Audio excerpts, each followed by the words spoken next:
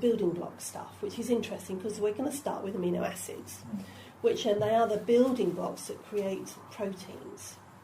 Now, one of the interesting things, and it's one of the things I've given to Brian, I added in the back of your info for today, apart from the cholesterol, is I found a list of amino acids for you. And the reason being was that if you go to any nutritional company, or you take a hike around someone like Holland & Barrett, the health food shop, you will find, in fact you can have a look here, this is Lambert's trade list.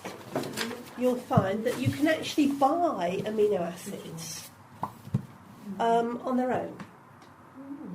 Bodybuilders tend to do that, don't they? Yes. And because there's a whole group of amino acids that are basically not called non-essentials, but that if you do an awful lot of, I was going to say over-exercise, naughty person, if you do a lot of heavy exercise, then you're actually going to find that you're not actually having enough. And so therefore this is what bodybuilders and people who do a lot of serious exercise find. They need to actually supplement their diet with amino acids because they can't get enough protein to actually sustain the activity they're doing. So most of us get the protein, the amino acids we need from the protein we eat. Now, obviously there's going to be a couple of people and their beliefs and how they eat that are going to have to watch this. So what are going to be the obvious people? Vegetarians and vegans who are eating different types of protein other than meat protein have got to make sure that they're actually getting enough of their amino acids in.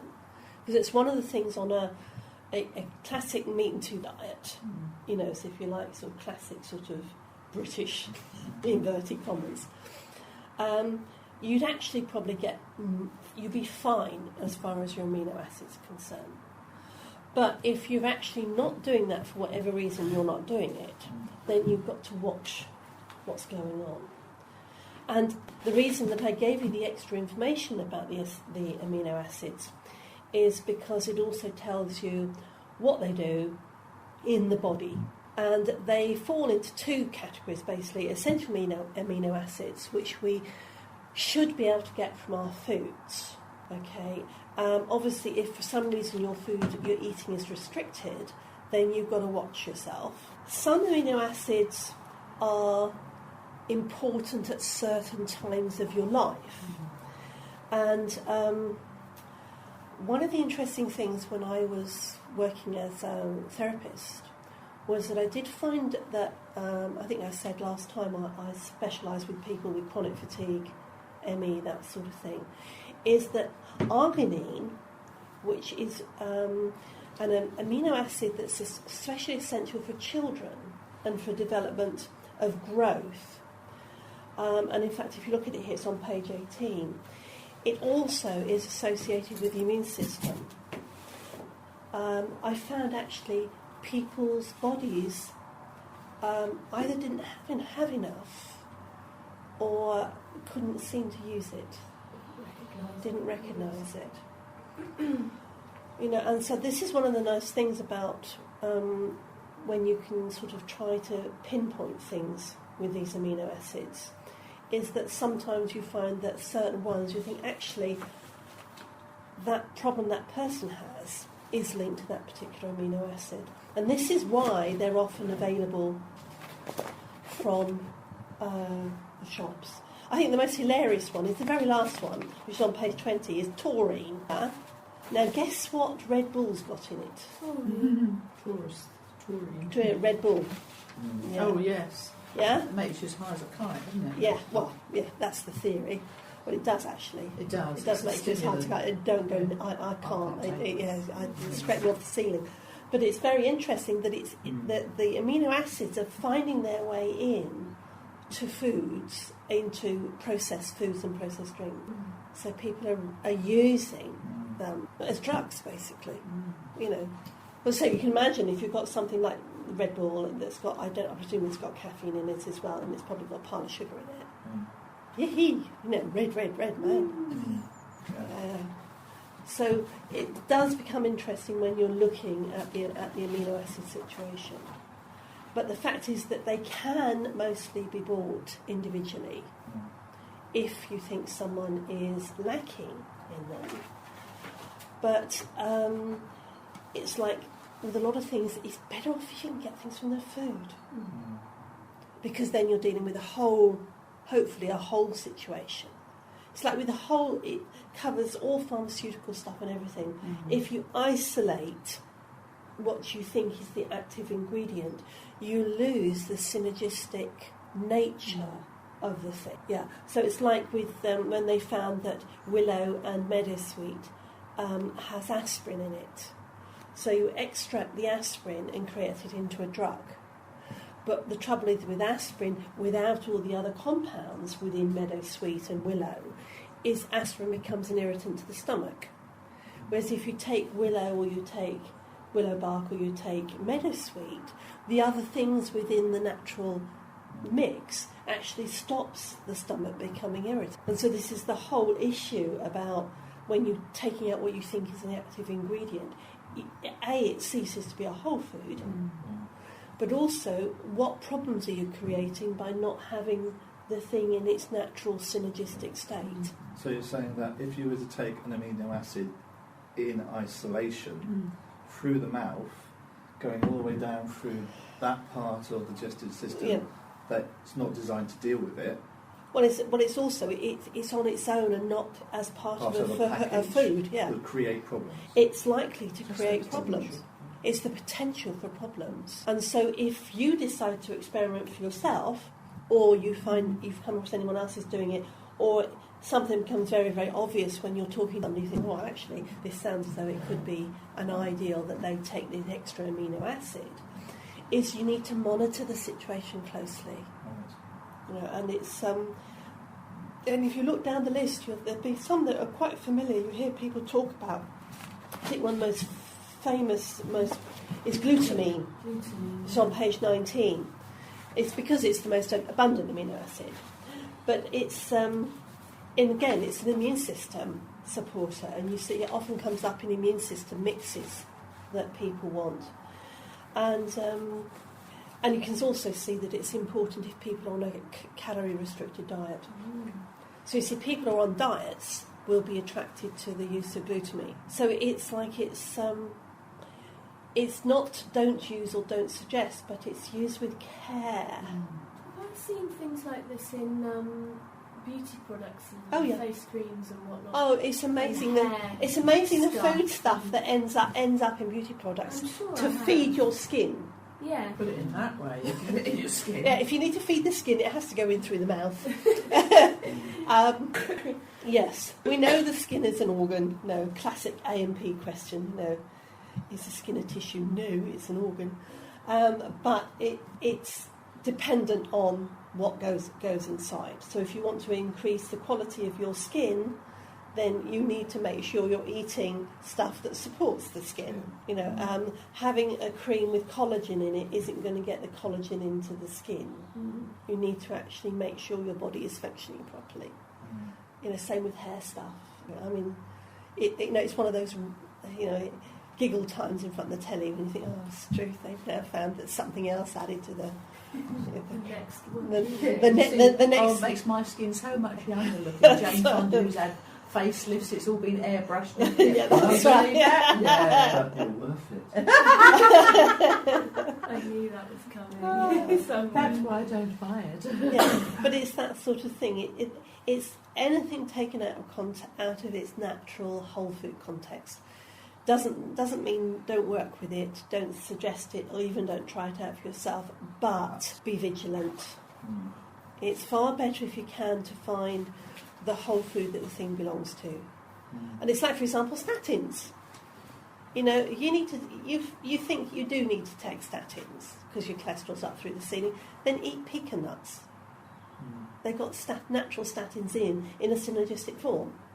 Walnuts are quite and walnuts are well, quite, it's basically, it's hit the nuts, you know. It's that, if you really are worried, then make a point of actually using those instead. Because then you're getting them as a synergistic mix. and you're not going to end up with the side effects 10 years down the line. And of course, they tend to dampen those downs in the media. They haven't been around long enough for them to really know. Yeah, oh, yes, they do. Oh, they do. Oh, they do. It affects the memory. So no wonder they're saying, oh, you know, so many people with dementia in this country, what are we going to do? Just take them off statins, mate. Yeah, people working with older folk tend to know. And I think Ariana sees a lot of those will know what's going on. Yeah. Well, my own parents, as soon as my mother was put on statins, she said, I'm sure my memory's not what it was like. And then you start going online, you go, memory loss, and you look at all the people that come in with dementia, they're all on statins. Take them off the statin. Yeah, but it's getting them off because this is this is the trouble when you've got people of a certain age. Yeah. I mean, it's probably only people from about sort of late 60s downwards that are used to questioning what the media, the government, and anybody else. It's also to do with the immune system loading as well. Yeah. You see, if you're eating things that are not in their natural synergistic whole food form, then your immune system's got to work a bit harder.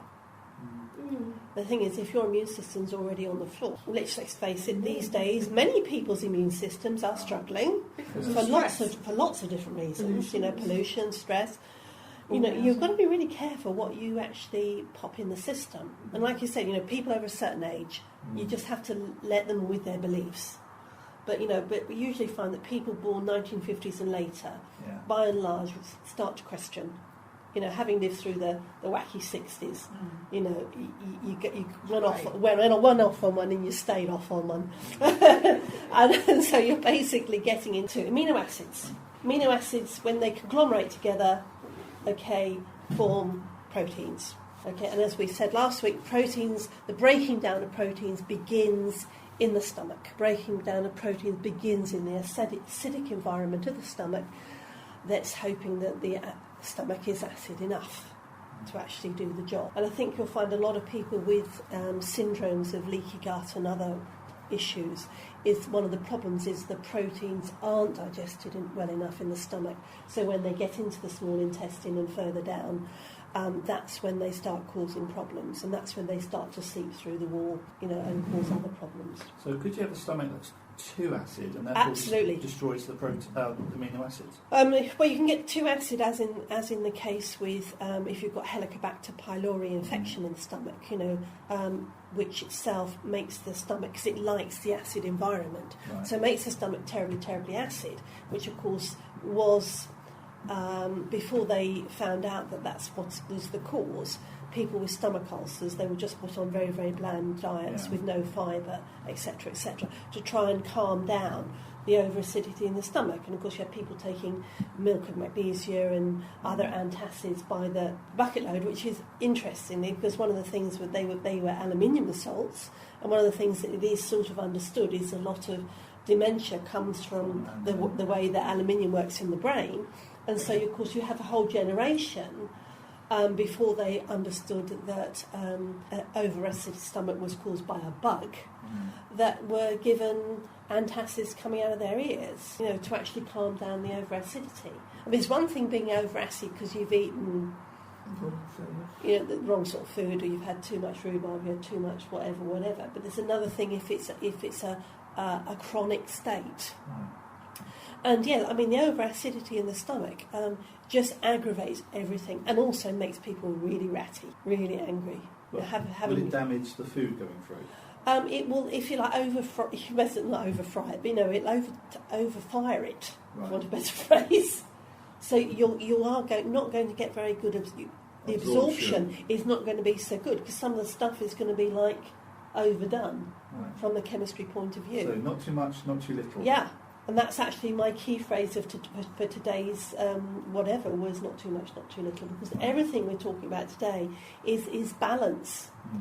It's the old Miyagi thing. You don't walk on this side. It's like you get the opposites right. You don't go down. You don't take the. You need to take the middle road, like classic Buddhists, whatever.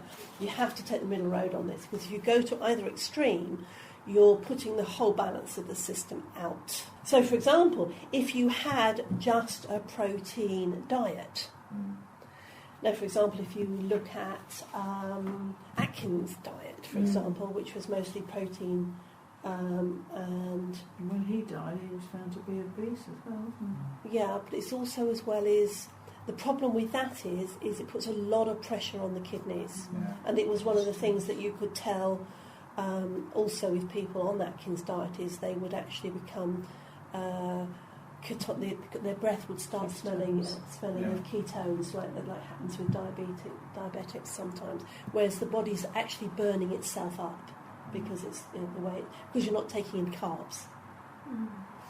So, and also, from what we said last week, it happened to be a person's body who prefers vegetarian. If you happen to be a sort of mainly A blood group or something, and your body actually quite happy without having any heavy protein.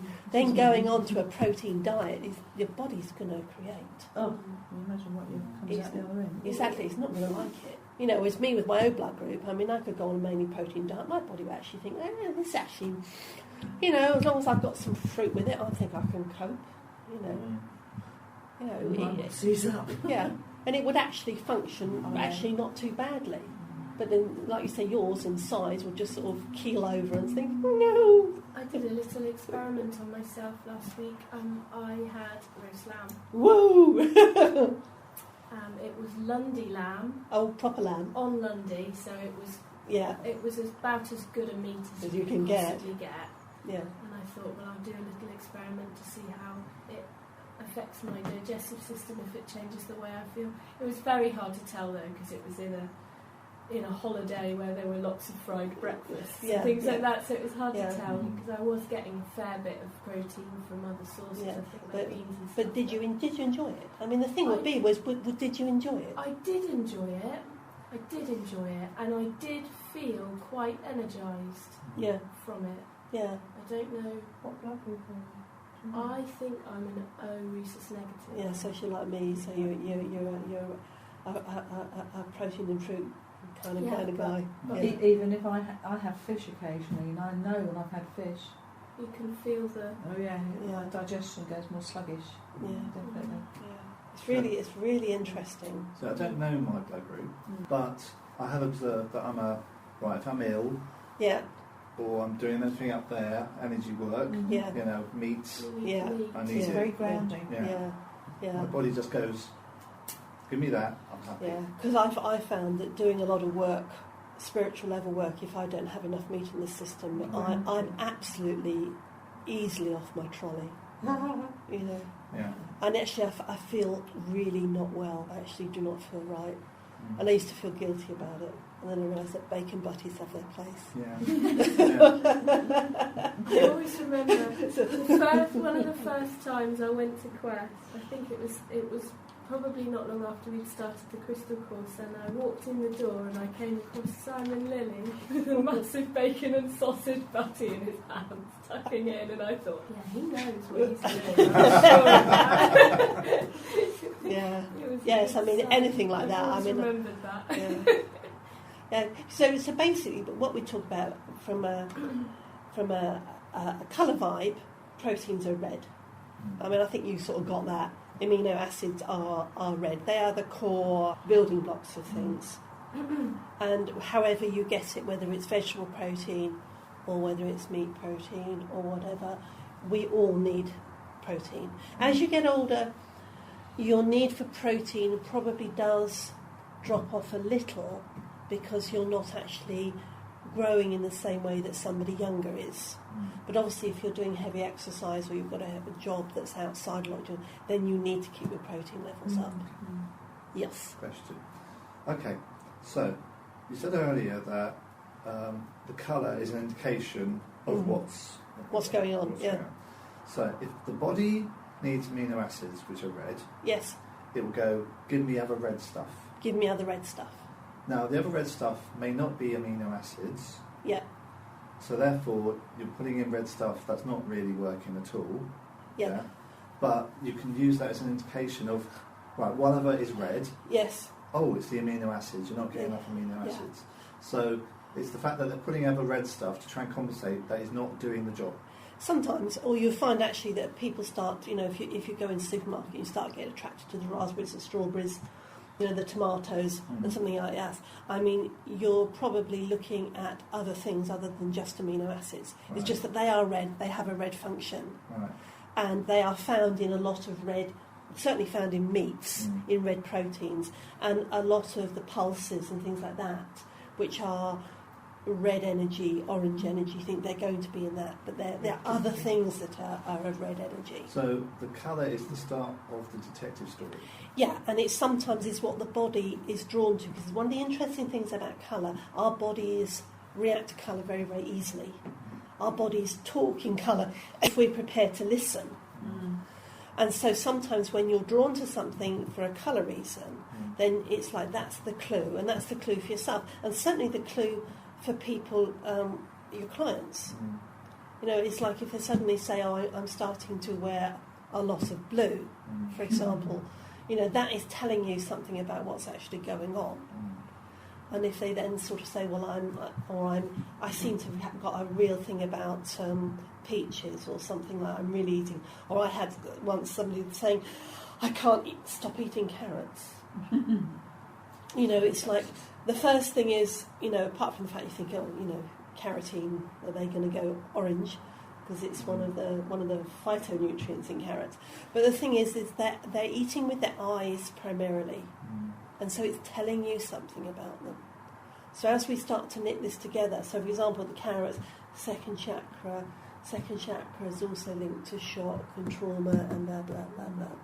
Let alone the fact that all the other nutrients you've got in carrots as well. I suppose what I'm saying, if we use the carrot analogy, if they're going for carrots, is the nutrient that they need in the carrot? Not necessarily. Not necessarily. It's the colour that's given. Yeah. And so therefore you use that to look at what is also orange. Oh, it's that they need. And it's not necessarily in the carrot. No, but the carrot's is the clue. The carrot's the clue. Yes, the colour of the food is the clue. Yeah. And it sometimes will give you the clue to actually what, because we're now looking at a person holistically, rather than just looking at the symptom they come in with. So it could be carrot orange or an orange food. Yeah. But that food doesn't necessarily have what they need. Not necessarily, but it will usually help a lot. Right. Yeah. Because if you help somebody's body on one level, whether it's physical, emotional, mental, or spiritual, you will find that it has a knock-on domino effect on other levels. So even if you looked at it totally physically and just said, okay, orange is telling me, they need orange vibration foods, which tends to be orange or brown. In other words, foods that help them move things out of the system. They're what I call Hoover foods. They shift stuff. They're energy shifters. I had a session with my kinesiologist, and halfway through she rushed out and got me a carrot, and I had to eat the carrot there and then. Yeah. And it helped to shift Yeah. what was going on. Yeah, because that's what those do. And of course, if you need to let go of stuff on any level, if you can let go of stuff physically, it has a knock-on effect. Right. So it doesn't really matter what level you hit it. But it's realising you've got a rather interesting tool. Yeah, you're still a bit puzzled. No, it's the fact that the food may not have what they need, but it gives you the clue. It gives you the clue to look on everything else. Yeah, and for example, someone drawn to red food, it may be they need grounding. That may be why they're drawn to the red food, because the red colour is attracting them. Sometimes people don't like to wear a certain colour, and the way they'll get the colour is through eating the food, not necessarily what the food contains. It's just because of the colour. Yeah, the colour.